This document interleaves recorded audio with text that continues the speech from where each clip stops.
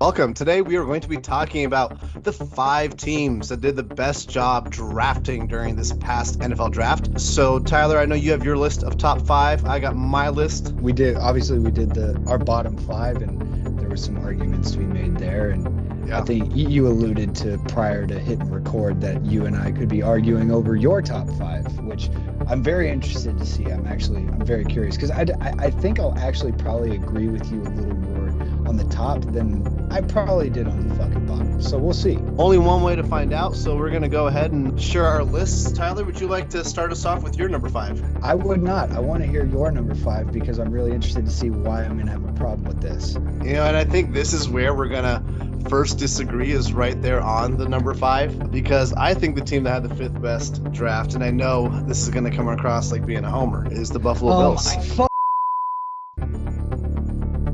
You can't be serious. Why not?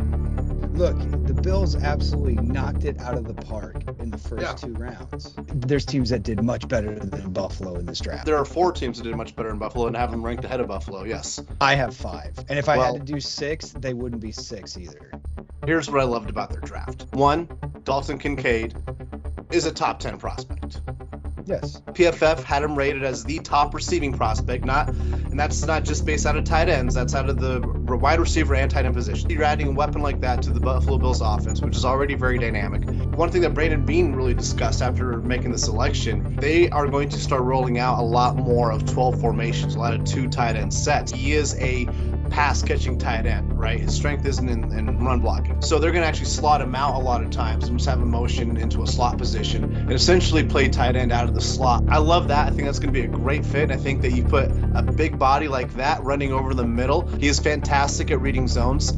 He had, I think, about 870 yards from scrimmage last year. I think it was around 650 total came from zone coverage. So he's excellent at just sitting in, finding the zones, has a great feel for route running, has great instinct, and he's going to be a quarterback's best friend. So I think I love that for Josh Allen. But the best pick came number 2 when in the second round when they got their guard, who was the top-rated guard in the entire class at pick 59. Yeah, they had taken him in round 1. No one would have batted an eye. No one would have been like, oh, that was a bad pick, that was a reach. No, they were like, okay, they needed O-line help. That guy was probably going to be gone by the time they picked in the second round. Makes sense why they picked that guy. Instead, they were able to get an awesome weapon added to their offense. And then they were able to get a fantastic O-line option to bolster the defense for Josh Allen. And then they got some great value picks down the road later on as well when they got a guy like Justin Shorter, who is a huge 6'4" receiver that can be that big-bodied guy. And he averaged almost 20 yards a reception last year. So you know he's the deep ball type, much like kind of like the Gabe Davis type, but even bigger body than Gabe Davis. So I love that pick for them. I thought that the Bills absolutely strengthened their position through the draft, and I think that they added a wrinkle to their offense with Dalton Kincaid that is going to give AFC teams a nightmare this season. Okay, I think you guys absolutely murdered the first 2 rounds. The Kincaid pick, you and I both in that moment expected them to go a line. It was really out of left field. Going after another weapon for Josh Allen, it never hurts. No. But you and I also both thought that teams were going to go in a certain direction in the first round, and plenty of teams proved us wrong that night. Getting the top-rated guard in the second round of pick 59. A lot of talented offensive linemen dropped in this draft. The need still got addressed with the best prospect they could have asked to get to address that need, right? Yeah. So you can't fault them. And here's the thing about Dalton Kincaid that the Bills fans especially don't realize, I think, because I know because I was one of them, right? And it's like, we have Dawson Knox. He's already a good tight end. Mm-hmm. But then you look a little deeper and you realize that Dawson Knox wasn't all that productive last year. We were 29th total at a tight end production. 29th, which meant that we had literally Dawson Knox and no one else to throw to from the tight end position. There was no one else. Look at what Josh Allen did after losing Brian Dabble and having to adjust to a new offensive coordinator. As good of a job as I think that he's doing up there in Buffalo, Josh Allen struggled last year in the red zone, and they gave him a weapon that's to address that right there in the red zone. Dalton Kincaid, his freshman year, when he was playing at Utah and barely getting snaps, got 24 receptions that year. 11 of them were touchdowns.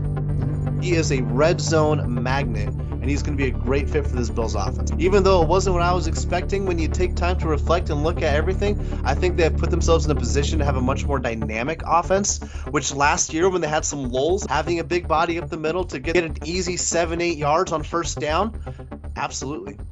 Sure. That's going to help offense a lot. You saw me make a face about Josh Allen having less red zone turnovers. It wasn't so much for me about like getting him another weapon to try and prevent that. It was more or less the Brian Daboll side of it. Like Brian Daboll did a lot of great things for Josh Allen as the OC in Buffalo. And look at what he did with Daniel Jones last year in New York. Like the last 2 years, Daniel Jones was nothing but a turnover machine. Last year, he only had single-digit turnovers. Dude, Josh Allen is a top 3 quarterback in the AFC. It's undisputed.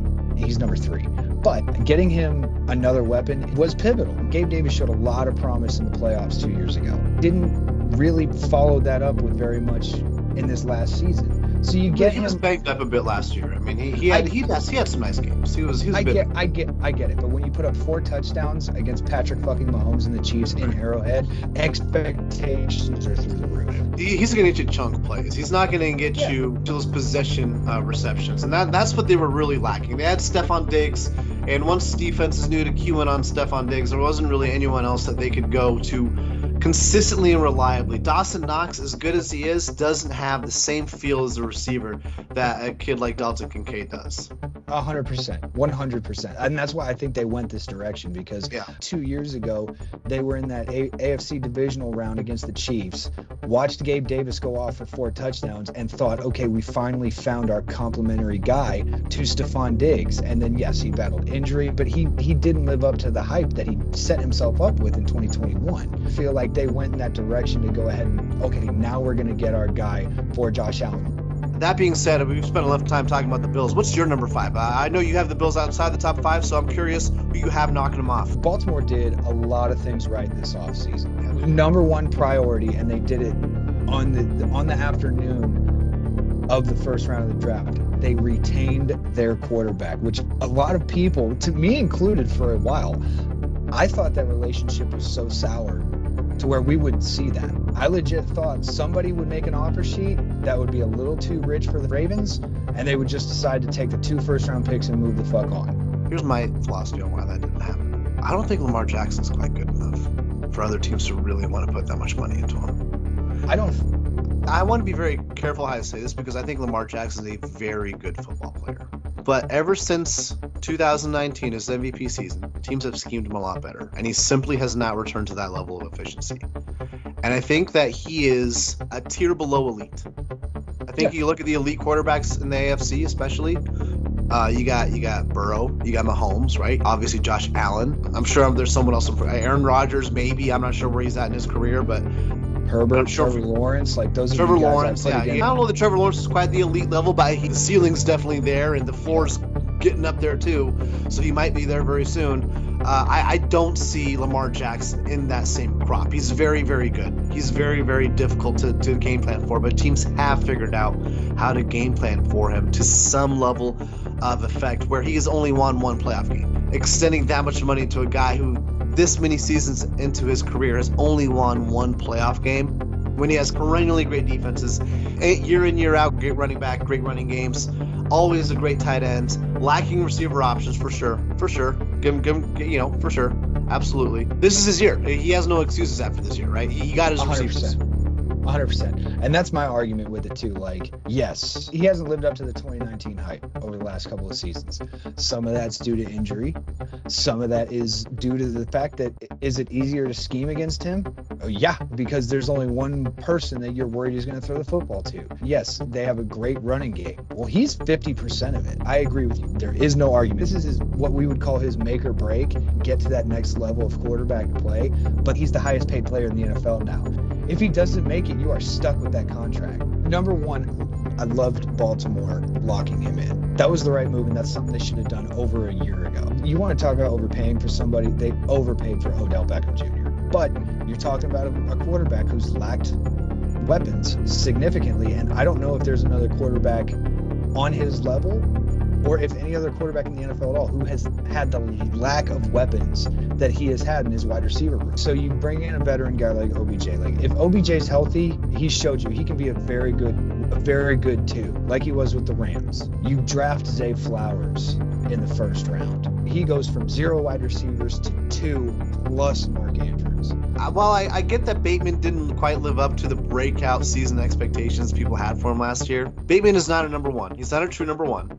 He will never be a true number 1, but he can be a very good number 2, and I think he needs to be counted in as a weapon in that new receiving corps. And I think he will be more of a weapon now that we have, like you said, an OBJ, veteran presence, and you have a Zay Flowers who's going to bring in that dynamic young skill set. I love them stacking up the skill positions for him. Hopefully his running backs can stay healthy because that'll help lighten the load on him as well. Mm-hmm. They didn't pick up Patrick Queen's 5th-year option. So, and a lot of dudes did not get 5th-year options picked up. I think there was only 11 out of 32. 12. Okay. Yes, which is a record. That's the previous lowest amount of from a draft class. 17 teams picking up the 5th-year extensions. Only 12 teams this year picked up those 5th-year extensions. That is a historically low number. That is crazy. Baltimore knew that was probably the direction that they were going with Patrick Queen. Like, that's not a split-second decision. They immediately attack the linebacker position and get Trenton Simpson to try and fill that role, to build depth